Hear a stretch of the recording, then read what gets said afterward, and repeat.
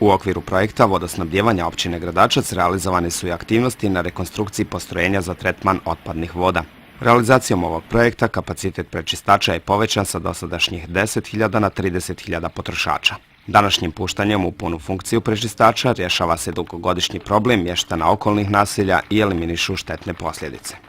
Ovo je savremeni prečistač otpadnih voda koji je u potpunosti automatizovan sa izlaznim parametrima koji su u potpunosti usklađeni sa direktivama kako Evropske unije, tako i zakonima i direktivama Bosne i Hercegovine i njegova ukupna rekonstrukcija je koštala oko 3 miliona konvertibilnih maraka, pri čemu je 1 milion eura donirala vlada Republike Češke u vidu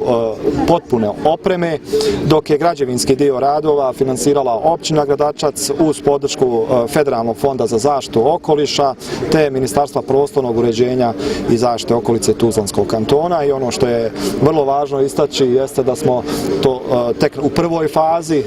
jer je već potpisan memorandum o saradnji sa Češkom ambasadom i vladom Republike Češke na izgradnji kanalizacione mreže u ovom području općine Gradačac, za što su već izdvojena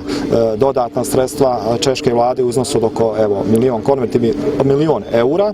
a naravno na isti način pratit ćemo izgradnju te kanalizacione mreže kao i ovaj prečistač i vjerujem da će sve to zajedno doprinijeti da zaštita okolice i tretman otpadnih voda na području općine Gradačac bude znatno unaprijeđen.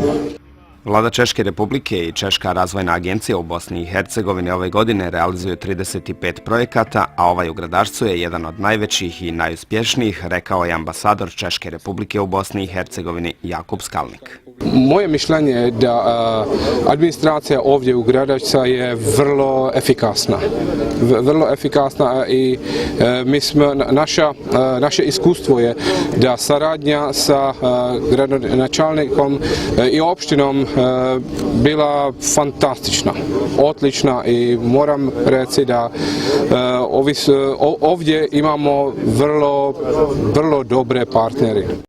Projekat rekonstrukcije i dogradnje postrojenja za prečišćavanje otpadnih voda u Gradačcu proglašen je za jedan od 6 najboljih ekoloških projekata u Bosni i Hercegovini. Dobitnik je ovogodišnjeg priznanja Zlatni Javor Međunarodnog festivala dokumentarnog filma, turizma i ekologije Jahorina film festival.